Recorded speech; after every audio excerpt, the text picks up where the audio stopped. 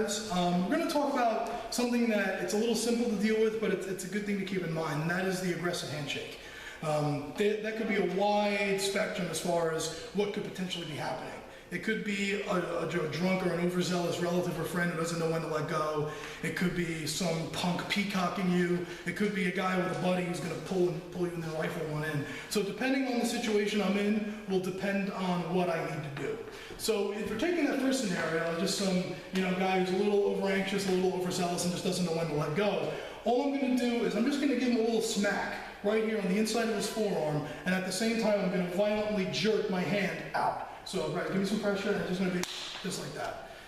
Very quick, very easy. It's just something, I don't want to escalate this. It's nothing bad. I'm just trying to break. I'm like, yeah, okay, good to see you too.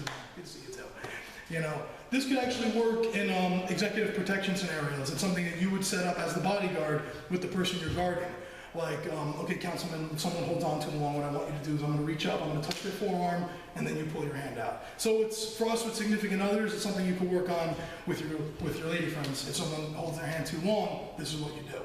So just, once again, real simple, I'm just going to give them a little smack and jerk my hand out. It doesn't have to be hard, I'm just sort of interrupting him mentally while I get my hand out of there. A punk who's peacocking, like maybe we had words, and I'm trying to de-escalate, all right, man, do this, and he doesn't want to let go.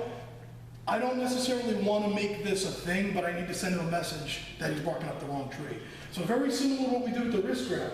I'm going to take my hand, and I'm just going to slam it down in that number 8 block in Shaolin Kempo type thing, and at the same time, I'm just going to pull my hand back and give it a little pressure right here. Just boom, right there.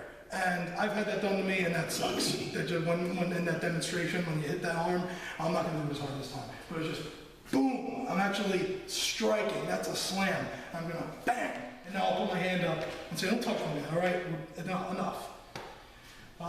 In the scenario that I need to do something, he's got a buddy, and I maybe see that hand loitering near his pocket, or maybe that hand is starting to clench up, now I need to do something. So once I see that I'm in that scenario, once again, very similar to the wrist grabs, which is good, that way I don't have to think about a bunch of shit, if it's this, I do this. If it's this, I do this. One thing, so the familiar task transfer, at this point, I'm just going to step in and I'm going to strike him here. Peel off, and I can either shove him or I can start working him, depending on where I need to go.